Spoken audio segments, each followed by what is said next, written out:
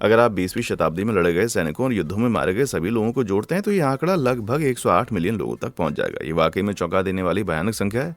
ये जाने एक पॉकेट साइज हत्यारे द्वारा ली गई जानों की तुलना में फीकी पड़ जाती है। ये एक ऐसा प्राणी है जो केवल पिछली सदी में ही 150 से 300 मिलियन लोगों की मौत के लिए जिम्मेदार है और आज तक ये हर साल 6 लाख से अधिक मौतों का कारण बनता जा रहा है। ये इतना छोटा प्राणी है कि आप ये देख भी नहीं सकते कि वो है कहाँ, लेकिन आप इसकी बस से बच नहीं पाएंगे। अगर आप सोचते हैं कि केवल खून चूसने वाली मक्खियां हैं, मगर ये कीड़े खतरनाक बीमारियों के सुपर स्प्रेडर हैं भाई, जिन्होंने आरंभ से ही मानवता का विनाश कर दिया था। हालांकि हम सभी इनसे दूर रहना चाहते हैं, लेकिन क्या आपने कभी सोचा कि अगर आप ऐसा करते हैं तो क्या होगा यदि आप इन कीड़ों में से एक को अपना खून चूसने दें और बहुत देर होने तक भी इसको बंद ना करें? खैर, ऐसे ही बने रहने दें क्योंकि हमें पता है कि मच्छर को काटने देना आपकी अब तक की सबसे बड़ी गलती हो सकती है। क्यों, बताता हूँ।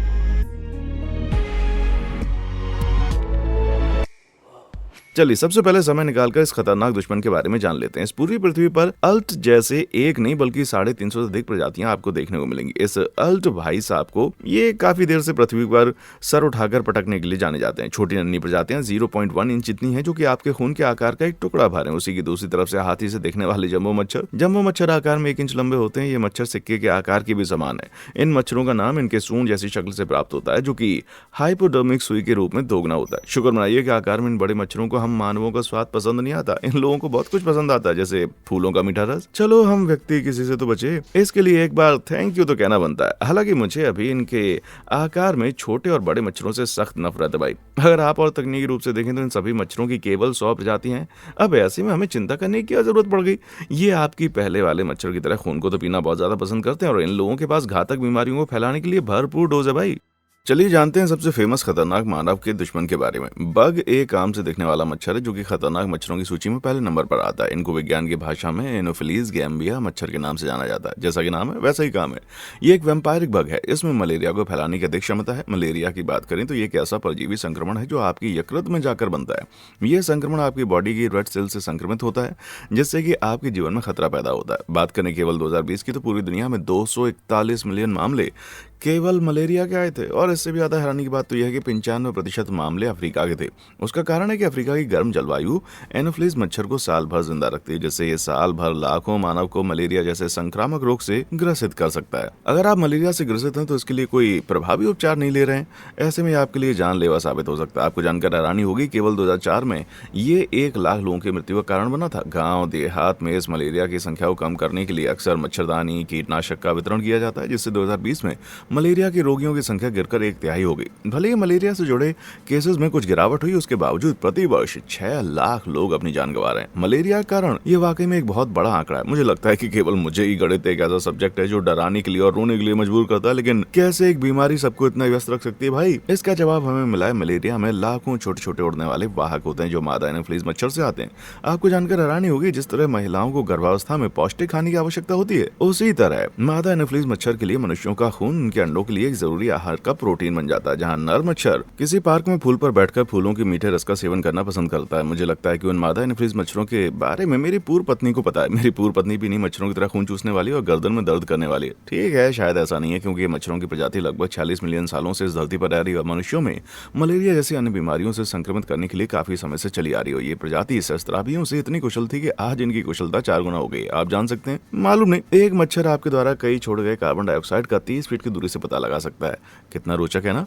इसके साथ ही ये मच्छर पहले आपके शरीर से टेम्परेचर को नापने के लिए आपके चक्कर काटता है और ये सही जगह है या नहीं ये पता करता है। और जब इसे बेहतरीन जगह मिल जाती है तो ये आप देखता ना दाओ ताक पाक से अपनी सूंड आपकी त्वचा में गुजार देता है। मच्छर की सूंड पास से देखने पर आपको खराब लग सकती है, क्योंकि ये देखने में आपको किसी म्यान की 6 सुइयों जैसी नजर आ सकती है। मच्छर के 2 मुखांगों को विज्ञान की भाषा में मैक्सिला के रूप में जाना जाता है। मैक्सिला चाकू के समान दांतेदार संरचनाओं के जैसा होता है, जो कि आपके मांस को अंदर तक भेदने में कामयाब होता है। ये जैसे ही आपके अंदर जाता है, ये आपकी रक्तवाहिकाओं में चला जाता है। अगर एक बार भी आपकी रक्तवाहिका में मच्छर का डंक गया तो फिर मच्छर अपने मुख्य अंग से आपके शरीर के अन्य ऊतकों में फैलाने का कार्य करता है। ये भीतर एक पुआल जैसी संरचना डालता है, जो आपके शुद्ध रक्त को दुनिया के सबसे खराब मिल्कशेक की तरह घोलने में अपनी भूमिका निभाता है। खैर, अच्छी खबर यह है कि मादा मच्छर केवल आपके शरीर का 0.01 मिलीलीटर रक्त भोजन के रूप में लेते हैं। ये आपके रक्त के समुद्र में एक बूंद के बराबर। मच्छरों के भीतर एक संवेदी तंत्रिका होती है जो उसे उसके पेट पर भर जाने के लिए चेतावनी देती है कि उनका पेट भर भर गया। मानिए अगर आप इस संवेदी तंत्रिका को तोड़ दें जैसे कि इस वैज्ञानिक ने किया था, तो ऐसे में मच्छर सूज जाएगा और ये आपका रक्त तब तक चूसता रहेगा जब तक कि वो चूस कर फट ना जाए। वाह, ये तो तुरंत बदला लेने वाली बात हो जाएगी भाई। तो अगर ऐसे में आपको कोई मच्छर खून चूसता हुआ नजर आता है तो वो केवल आपसे एक छोटी सी बूंद ले रहा भाई, इसमें आपको कोई हानि नहीं होगी, जरा भी नहीं, क्योंकि मच्छर घुट घुट कर काम करते हैं। ऐसे में वो अपना भोजन केवल एक व्यक्ति के समय पर नहीं लेते, बल्कि वो कई मनुष्यों से भोजन ग्रहण करते हैं। सोचिए एक दिन में वो कितने रक्त की एक बूंद को पूरे सागर को पीते हैं, और इनके काम से बीमारियां फैलती हैं। अफ्रीका को पीड़ित करने वाला एनोफिलीज मच्छर इतना खतरनाक है कि जब ये एक मलेरिया से संक्रमित होकर व्यक्ति का खून पीता है ना, तो ऐसे में ये अपने साथ प्लाज्मोडियम परजीवी को भी निकल जाता है, और जब ये दोबारा किसी इंसान को काटता है तो ऐसे में इसके मुंह के लार को घाव वाली जगह इंजेक्ट भी कर देता है। ऐसा इसलिए है क्योंकि एनोफिलीज मच्छर की लार एंटीकोआगुलेंट्स से भरी होती है और ये आपके खून को रोकती है और थक्का जम जाता है। प्लाज्मोडियम परजीवी भी कहाँ टिक कर बैठते हैं, ऐसे में ये एक बार फिर रास्ता खोज लेते हैं और आपके शरीर पर अपना रास्ता बना लेते हैं। इससे मच्छर तो प्रभावित नहीं होता, मगर ये प्लाज्मोडियम परजीवी व्यक्ति की यकृत में जाकर अपने आप को दोगुना करना शुरू कर देते हैं और साथ ही ये लाल रक्त कोशिकाओं पर हमला शुरू कर देते हैं। इसके बाद मनुष्य के शरीर में संक्रमण के लक्षण देखे जा सकते हैं, जैसे कि बुखार, मांसपेशियों में दर्द, उल्टी और दस्त। लाल रक्त कोशिकाओं पर इनके हमले की वजह से व्यक्ति को एनीमिया, पीलिया भी हो सकता है, और अगर ऐसे में जल्द से जल्द व्यक्ति का उपचार न किया जाए तो यह खतरनाक भी हो सकता है, इतना खतरनाक कि व्यक्ति की मृत्यु हो जाए। मध्य अफ्रीका में ये और भी दुख की बात है, क्योंकि वहाँ 5 साल से भी कम उम्र के बच्चों की ये मौत का कारण बन चुका है। इसमें तो राय नहीं है कि मलेरिया फैलाई गई मच्छरों की सबसे खतरनाक बीमारी है, मगर ऐसा नहीं है। केवल मलेरिया एक ऐसी बीमारी है, खतरनाक बीमारियों की एक भरी हुई लिस्ट है जो आपको अन्य मच्छरों से काटने से हो सकती है। अगर आप कहीं भी उष्णकटिबंधीय जलवायु क्षेत्र में घूमने के लिए जा रहे हैं तो ऐसे में आपको मिलना होगा एडिस इजिप्टी से। ऐसे में आपको सावधानी बरतनी चाहिए। एडिस इजिप्टी मच्छर के कांटेक्ट में आने से ये मच्छर कई सारी बीमारियों का सौदागर होता है। शुरू में तो ये डेंगू के बुखार देता है। डेंगू बुखार एक ऐसी बीमारी जो आपको उल्टी और मतली जैसे आम से दिखने वाले लक्षण शुरू में देती है। इजिप्टी मच्छर को एशिया, अफ्रीका, कैरेबियन या दक्षिण अमेरिका में पाया जाता है। हालांकि सभी बेहतरीन घूमने की जगहों में आपको डेंगू बुखार देने को मिल सकता है, लेकिन ऐसे में आपको चिंता करने की जरूरत नहीं है, क्योंकि ज्यादातर लोगों को बुखार 1 या 2 हफ्ते में उतर जाएगा। हालांकि ऐसे में 20 में से 1 लोग की मृत्यु हो जाती है। ये एक ऐसी बीमारी जो आपको झंझोड़ के रख सकती है और आपको आंतरिक रक्तस्राव भी हो सकता है, और वाकई में आपके लिए खतरनाक हो सकती है। मैं अपनी लाइफ के साथ कोई रिस्क नहीं लेना चाहूंगा भाई। अगर आपको एडीज या एनोफिलीज मच्छर ने काट लिया तो आप और भी खतरनाक जोखिम उठा रहे होंगे। ये परजीवी आपके खून के प्रवाह के रास्ते से आपके लसिका प्रणाली तक पहुंच जाते हैं, जिससे पहुंचने से लसिका फाइलेरिया हो जाता है। ये एक ऐसी बीमारी है जो कि 120 मिलियन लोगों को प्रभावित करती आ रही है। इसने अभी तक जिन देशों को सबसे ज्यादा प्रभावित किया है उनमें एशिया, अफ्रीका और पश्चिमी प्रशांत उप उष्णकटिबंधीय क्षेत्र हैं। अब वहाँ के लोग इन बीमारियों से अपने आप को बचाए हुए हैं और इस बीमारी के लक्षण उनमें देखने को नहीं मिलते। हालांकि दूसरे लोगों में इस बीमारी के गंभीर परिणाम देखने को मिलते हैं। लोगों को एक छोटा सा प्रतिशत लिम्फेडेमा नामक बीमारी विकसित कर देता है, जिससे बाहों, पैरों में तरल पदार्थ की भारी सूजन देखने को मिलती है। ये बड़ी सूजन लसिका प्रणाली के कार्य को इफेक्ट करती है, जिससे शरीर के लिए कीटाणु और संक्रमणों से लड़ना काफी मुश्किल होता है। इससे त्वचा में बैक्टीरिया का संक्रमण भी हो सकता है, जिसके परिणाम स्वरूप एलिफेंटियासिस नामक बीमारी हो जाती है, जिससे स्किन मोटी और सख्त हो जाती है, और ऐसे में आपका कोई भी मॉइस्चराइजर इस रूखी त्वचा के दुस्वप्न को ठीक नहीं कर पाएगा।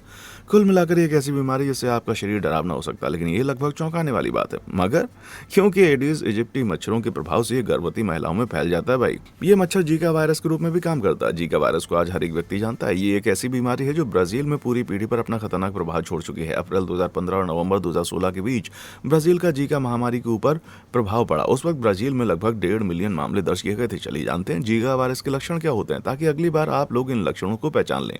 जीका एक तरह का वायरस होता है जो कि हल्का बुखार, सिर दर्द और दाने जैसे लक्षण पैदा करता है। जीका का संक्रमण आमतौर पर एक वयस्क के लिए खतरनाक नहीं होता, लेकिन अगर वही एक गर्भवती महिला जीका से संक्रमित हो जाती है तो ये एक बच्चे के लिए दोष पैदा कर सकता है, जिसे माइक्रोसेफली के रूप में जाना जाता है। ये एक ऐसी स्थिति है जहां एक बच्चा सामान्य रूप से छोटे सिर के साथ पैदा होता है, और ब्राजील की महामारी में 3,500 से अधिक नवजात शिशु इससे प्रभावित हुए थे। अफसोस की बात यह है कि एक ऐसी स्थिति नहीं है जिससे आप कभी बाहर नहीं निकल पाए, बल्कि इसमें प्रभावित बच्चे आमतौर पर अपने मस्तिष्क के आकार के कम होने के कारण आजीवन सीखने की अक्षमता विकसित करते हैं, और उनके सीखने का लेवल आम बच्चों की तरह नहीं होता। वहीं जीका वायरस आज भी ब्राजील में मौजूद है। उनके बचे हुए मच्छरों द्वारा जीका वायरस को वो प्रसारित भी कर रहा है। और उससे भी ज्यादा मुझे ये कहते हुए खेद है कि मेरे पास इससे भी बुरी खबर है कि एडिस इजिप्टी मच्छर तेजी से दुनिया में फैल रहे हैं। ये हाल ही में मदिरा, रूस के दक्षिणी हिस्सों और अमेरिका के दक्षिणी राज्यों जैसे फ्लोरिडा, जॉर्जिया, यहाँ तक कि टेक्सास तक पहुंच गया है। लेकिन अगर हम अच्छी बात के बारे में बात करें तो अमेरिका में मच्छरों की आबादी बहुत ज्यादा संक्रमित नहीं है, इसलिए डेंगू वायरस का प्रकोप केवल छोटे क्षेत्रों में ही सीमित है। लेकिन मच्छरों का ये ग्रुप किसी भी डरावने परजीवी को पकड़ लेता है। तो ऐसे में अंटार्कटिका में जा रहा हूँ,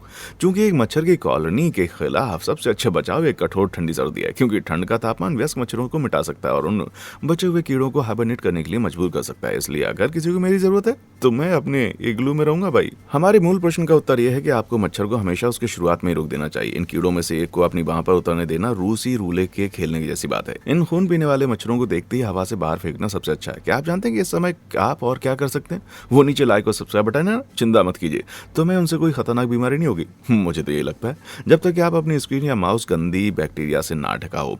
अरे आपने अपने हार्डवेयर को कितनी बार साफ किया यार? ये निश्चित रूप से आपकी समस्या है, लेकिन इसके साथ ही वहां अन्य जीव भी हैं जो निश्चित रूप से आपकी समस्या नहीं बनना चाहते।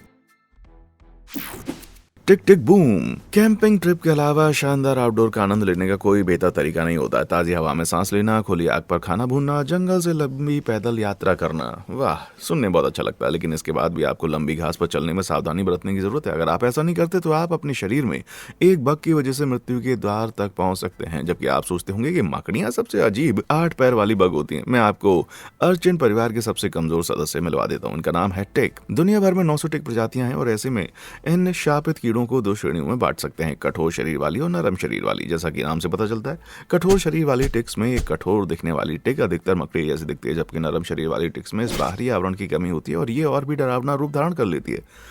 हे भगवान, अगर मैंने उस चीज को घास में देखा ना तो मैं पूरे जंगल में आग लगा दूंगा उसको देखकर। ये छवियां माइक्रोस्कोप द्वारा ब्लून अप की गई हैं। असल में एक वेस्ट टिक अक्सर तिल के बीज के आकार से छोटे होते हैं, इसलिए भले ही आप अपनी आंखें खुली रखें, मगर जंगल में किसी एक को पहचानना काफी मुश्किल होगा। ये ध्यान न जाने की क्षमता है जो कि इसके अस्तित्व को पक्का करने के लिए टिक के विशेष अनुकूलन का निर्माण करती है। टिक्स नाम की ये बग जिंदगी की 4 भिन्न भिन्न पड़ावों से गुजरते हैं। पहले वो एक अंडे से निकलते हैं, उसके बाद ये 6 पैरों वाले लार्वा से 8 पैरों वाले अप्सरा में संक्रमित हो जाते हैं और सबसे आखिर में ये एक व्यस्त टिक के रूप में बनकर निकल आते हैं। लेकिन ये अपने जीवन के अगले पड़ाव में जाने से पहले इन्हें अपने आप को खून से भरना होता है। अपने आप को यहाँ तक पहुंचाने की वजह से इन्हें काफी मशक्कत करनी पड़ती है और उसके बाद जब ये भोजन तक पहुंचते हैं तो टिक्स अपने आप को एक मेजबान करके पकड़ लेते हैं। टिक्स ये सब कुछ एक खोज नामक प्रक्रिया के माध्यम से करते हैं। वो जगह होती है जहां पर केवल एक टिक घास के ब्लेड या पौधे के पत्ते के किनारे पर चढ़ जाता है और अपने सामने के पैरों को पकड़ता है और गर्म खून वाले जानवर या मानव के शरीर पर चढ़कर अपना भोजन करने के लिए इंतजार करता है। इस दौरान वो आपके चारों ओर रेंगता है जब तक कि वो आपकी त्वचा पर अपनी पकड़ बनाकर काट ना ले। जहां मच्छर अपना खाना रात को समय में खत्म कर लेते हैं, उस मायने में टिक्स अपना रात का खाना खत्म करने के लिए काफी ज्यादा समय लेते हैं। एक अप्सरा टिक 3 से 4 दिनों तक जुड़ी रह सकती है, जबकि वहीं एक मादा व्यस्त टिक अपने शरीर पर 10 दिनों तक लगी रह सकती है। और जब मच्छर एक स्ट्रॉ का उपयोग करने के लिए बहुत ही विनम्र होते हैं, टिक्स को खाने में गंदा बहुत ज्यादा पसंद आता है, क्योंकि वो अपने द्वारा पिए गए सभी खून को बार बार उत्पन्न करती रहती है। एक पूरी तरह से उभरा हुआ टिक आधा मिलीलीटर रक्त निकाल सकता है, लेकिन ऐसा करते समय वो 15 मिलीलीटर रक्त को चूस कर वापस भी कर देगा। छी यार, अगर आपको लगता है कि ये खराब था तो 8 से 10 दिन की फीडिंग से पहले और बाद में इसको देखिए। एक घुन को जब वो समाप्त हो जाती है तो उसका शरीर उकेरा जाता है और उसको अपने आकार से 5 गुना तक बढ़ने में ये सहायता करता है। आप सोच रहे होंगे कि सभी चीजें किसी रूप में खराब तो नहीं हो सकती है ना, लेकिन टिक्स का दिखना उनके बारे में केवल एक बुरा सपना नहीं है, बल्कि टिक के पूरे जीवन काल में वे मेजबान से मेजबान बनकर कूदेंगे और ऐसा करने में प्रत्येक मेजबान की बीमारियों को अपने साथ लेकर जाते हैं। जब ये टिक्स वापस आते हैं तो ये न केवल आपके खून को वापस फेंक रहे होते हैं, बल्कि आपको उन परजीवियों से भी संक्रमित कर रहे होते हैं जिनका उन्होंने अपने पिछले व्यक्ति से उठाया था। टिक्स प्रजातियों की बाधा को भी वो आराम से हल कर लेते हैं और जानवरों से मनुष्यों में बीमारियां आसानी से फैल जाती हैं, जैसे काले पैर वाली टिक हिरण और इंसान दोनों को खतरनाक परिस्थिति में ले जाती है। ये टिक बोरेलिया बर्गडोरफेरी नामक बैक्टीरिया से फैलता है और लाइम के रूप में जाना जाने वाला संक्रमण पैदा कर सकता है। क्या ये सभी चीजें आपके मस्तिष्क में कुछ विचार लेकर के आती हैं? ये एक ऐसी बीमारी है इसका कई फेमस शहरों ने इलाज करवाया, जैसे जस्टिन बीबर और बेला हदीद, क्योंकि टिक एक ऐसी बीमारी है जिसके कारण ये पूरे अमेरिका में व्यापक रूप से फैली हुई है। वहीं लाइम रोग एक ऐसी बीमारी जो कि खराब बुखार, सिर दर्द, ठंड लगना और मांसपेशियों में दर्द का कारण बनती है, लेकिन आमतौर पर ये tail red bull's eye rash द्वारा पहचाना जाता है, जो कि टिक के काटने के आसपास ही त्वचा पर दिखाई देते हैं। इसलिए यदि आप भी इस दाने को अपने शरीर पर कहीं देखते हैं तो शायद आपको इसे महसूस किए बिना टिक ने काट लिया। लेकिन चिंता करने की कोई बात नहीं, क्योंकि ज्यादातर समय लाइम रोग का इलाज एंटीबायोटिक दवाओं के साथ किया जाता है। हालांकि अगर जल्द उपचार ना मिले तो लाइम रोग के रूप में जाने जाने वाली स्थिति भी हो सकती है। टिक के काटने के महीनों बाद ही उत्पन्न हो सकती है, जिसके कारण चक्कर आना, नसों में दर्द, जोड़ों में दर्द, यहाँ तक कि फेशियल पाल्सी तक की समस्या देखी जा सकती है। फेशियल पाल्सी एक ऐसी बीमारी जिसके कारण चेहरे की मांसपेशियों को टोन कम हो जाता है और जिसके कारण चेहरा एक तरफ झुका हुआ नजर आता है। शायद यही वजह है कि जस्टिन इन दिनों इतने मूडी नजर आते हैं। और हिरण की टिक केवल बाहर देखने के लिए नहीं है, लोन स्टार टिक का एक टुकड़ा आपको अनिवार्य शाकाहारी बना सकता है। आप देख सकते हैं, लोन स्टार टिक काटने में आपके शरीर में अल्फा गैल के रूप में जाना जाने वाला एक चीनी अणु संचारित हो सकता है, जिसके अल्फा गैल सिंड्रोम भी हो सकते हैं। कुछ लोगों में ये एक प्रतिरक्षा प्रणाली की प्रतिक्रिया को ट्रिगर करता है, जिसके परिणाम स्वरूप रेड मीट से अचानक गंभीर एलर्जी हो सकती है। पागल है ना? आशा करते हैं उग्रवादी शाकाहारी लोन स्टार टिक्स को हथियार बनाना शुरू नहीं करेंगे। लेकिन टिक्स से होने वाली बीमारियों से आप आउटडोर के खेल का आनंद लेने से ना रुकें, क्योंकि टिक्स को 36 से 48 घंटे तक आपको बिजी रखने की आवश्यकता होती है, इससे पहले कि वो अपनी बीमारियों को फैला पाएं। इसलिए ऐसे में जब आप अपने कपड़ों की जांच करते हैं और अपने शरीर पर हमेशा टिक चेक करते हैं, यदि आप अपने ऊपर एक भी टिक पाते हैं तो इसे चिमटे की हेल्प से निकालने की कोशिश जरूर करें। धीरे धीरे इसे निकालें, लेकिन कभी भी टिक को मारे ना। ऐसा करने से ये अपने सभी जहरीले परजीवियों को आपके शरीर में इंजेक्ट कर सकती है। उम्मीद है कि घड़ी टिक टिक कर रही है और हम सभी को इंतजार है कि उस समय का जबकि वैज्ञानिक ये पता नहीं लगा लें कि इन कीड़ों को हमेशा कैसे मिटाया जाए। खुजली वाले सपने। अब जिससे मैं आपको मिलवाने वाला हूँ वो वास्तव में दुखी करने वाले सपनों का स्रोत है। अगर आपने कभी अपने सोने के रूम में देखा है और एक अजीब सी गंध आपको कहीं पर महसूस हुई है, ऐसी गंध है जो कि पूरी तरह की संभावना है आपके गद्दे के नीचे हजारों भूरे छोटे रंग के डॉट्स आपको मिल जाएंगे। अगर आप पक्का कर चुके हैं कि वहाँ भूरे भूरे डॉट्स का गुच्छा है, तो मेरे पास आपके लिए बुरी खबर है। जिसे अभी आपने देखा ना, वो कोई और नहीं बल्कि खटमल है। मगर इसमें कोई दो राय नहीं कि आप बग को भी अपने आप से ढूंढ सकते हैं, क्योंकि ये बग्स रात के अंधेरे में ज्यादा एक्टिव होते हैं और दिन के समय में छिप जाते हैं। मुझे आपको बताने में उन बग्स के लिए नफरत का भाव हो रहा है, क्योंकि ये डॉट्स कुछ ज्यादा नहीं, उनके मल को प्राप्त कर लेते हैं। ये जो पचा हुआ खून होता है ना, इसमें बड़ी मात्रा में लोहा होता है और इसी कारण अजीब सी गंध का स्रोत भी वही होता है। इस बीच वे पपड़ीदार गुच्छे असल में पिघले हुए खोल के रूप में होते हैं, क्योंकि बिस्तर पर एक अंडे से एक मादा बग और अंत में एक वयस्क बग बनता है। एक वयस्क खटमल एक सेब के बीज के आकार का, बल्कि कहूं कि उससे भी छोटा होता है और ये दिखने में कुछ सेब के बीज जैसा नजर आता है। अपने चपटे अंडाकार भूरे रंग के शरीर केवल 4 से 5 मीटर लंबे होते हैं और जैसा कि इनके नाम से पता चलता है, खटमल अपना पूरा जीवन आपके गद्देदार दरारों में व्यतीत कर सकते हैं। जब आप रात के नाश्ते में और ज्यादा खा रहे होते हैं ना, वहीं खटमल आपके खून की दावत को खाना पसंद करते हैं। ऐसा नहीं है कि आपको इसका एहसास नहीं होगा कि वो आपको खा रहे हैं, क्योंकि जब आपको खटमल खाते हैं ना, वो अपनी लार के साथ थोड़ी मात्रा में एनेस्थेटिक भी छोड़ देते हैं। आपको इसके बारे में अगली सुबह पता चलता है, आपको इनके द्वारा काटा गया है और ये आपको काटी हुई जगह पर लाल पड़े हुए निशान की वजह से पता चलेगा।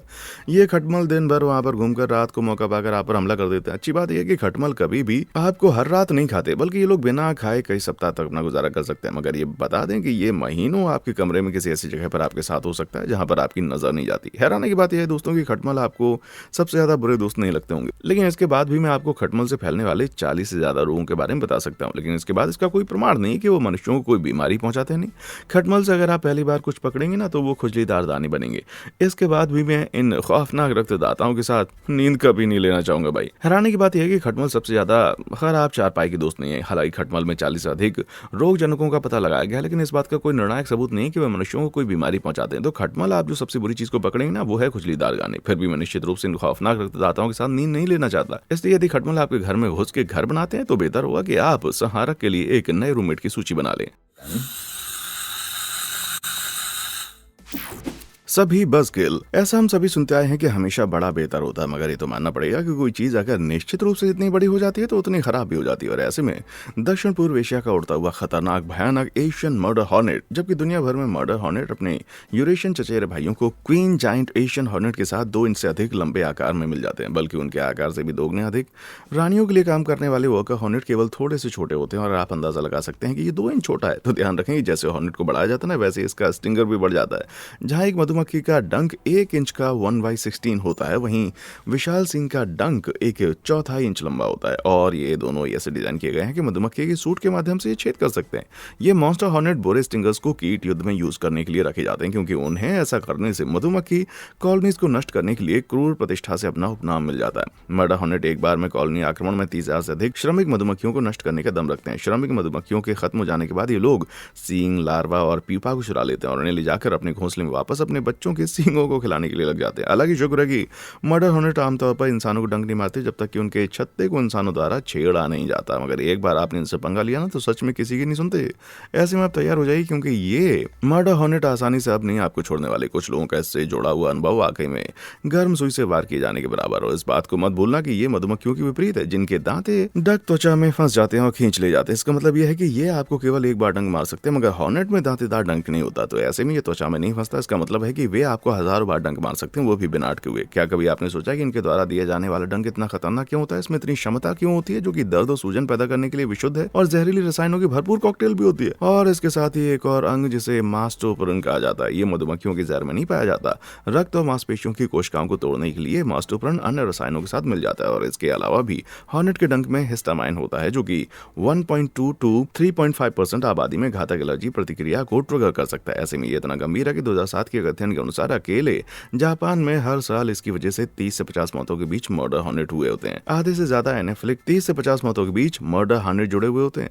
आधे से ज्यादा एनाफिलेटिक शॉक या अचानक कार्डियक अरेस्ट इसी से होते हैं। हाँ, ये बग वास्तव में हत्या हॉर्नेट के शीर्षक की तरह जा सकती है भाई। ये मर्डर हॉर्नेट इतना खतरनाक कैसे हो सकता है? और इसके बाद मधुमक्खियां सबसे अधिक खतरनाक भी हो सकती हैं, साथ ही साथ जहरीली भी, जो कि सुनने में काफी उल्टा लगता है ना। ठीक है, कीट के जहर को LD50 स्केल के द्वारा मापा जाता है। ये चूहों के परीक्षण के बाद 50% के लिए खतरनाक होने के लिए आवश्यक जहर की मात्रा है।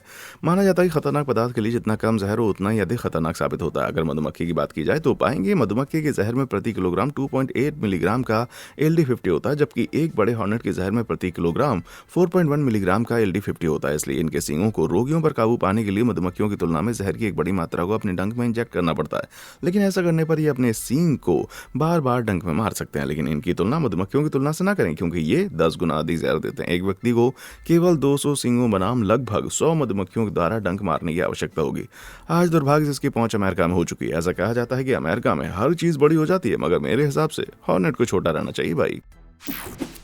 हे फीवर, ये है फीवर आपको किसी भी रूप में हाई नहीं कर रहा। हालांकि इसका नाम कुछ आपको हाई करते हुए प्रतीत होता है। अगर आप कभी घास वाले पार्क में गए और वहां आप घास के ढेर में क्या देखते हैं, इस पर नजर डालें, क्योंकि वहां पर आप एक छोटे से ना दिखने वाले बीटल को भी अपने पांवों से कुचल सकते हैं। ऐसे में आपको हर कदम को ध्यान से रखना होगा। जैसा कि नाम से पता चलता है कि इस जहरीले कीड़े कैंथ्रोडिन पैदा करते हैं। ये एक ऐसा गंदा केमिकल है जो आपके शरीर पर फफूंदी पैदा कर सकता है। ऐसे में आप बीटल को खा लें तो खुला कैथ्रोडिन गैस्ट्रोइंटेस्टाइनल ट्रैक्ट की परत को नष्ट कर सकता है। बाप रे, काफी खतरनाक है। विभिन्न ब्लिस्टर बीटल प्रजातियां अलग अलग प्रकार के इंद्रधनुषी रंगों के बीच हो सकते हैं। लेकिन आप इस बात की बिल्कुल परवाह मत कीजिए, क्योंकि यह संभावना नहीं है कि आप किसी भी समय स्वादिष्ट जॉली रेंजर के लिए 1 इंच बीटल को भूल जाएंगे। सबसे ज्यादा खतरनाक तो बायोहैजर्ड बीटल खतरा खेती करने वाले और वहां पर आसपास रहने वाले जानवरों के लिए, क्योंकि ये जो ब्लिस्टर बीटल ज्यादा अल्फाल्फा घास के लिए आकर्षित होते हैं। अल्फाल्फा घास मवेशियों और घोड़ों के लिए उपयोग की जाती है, क्योंकि इसमें प्रोटीन और फाइबर का एक बहुत बड़ा स्रोत पाया जाता है। अगर आप किसी भ्रम को फिर से ठीक करने या बाद में फिर से घास में रखेंगे ना, तो ये ऐसे में घास में जहरीले तंतु होते हैं, उन्हें कैथोड्रिन से दूषित कर देंगे और ऐसे में 1 या 2 फफूले भ्रंगों को निगलना काफी खतरनाक हो जाएगा भाई। और ये घोड़े जैसे बड़े जानवर के लिए भी समान रूप से हानिकारक हैं। फफूले भ्रंग एक बग नहीं है। आपके हिसाब से कौन सा बग सबसे ज्यादा खतरनाक है और आप उसे इस दुनिया में सबसे कम देखना पसंद करेंगे? मुझे नीचे कमेंट सेक्शन में आकर बताएं। देखने के लिए शुक्रिया।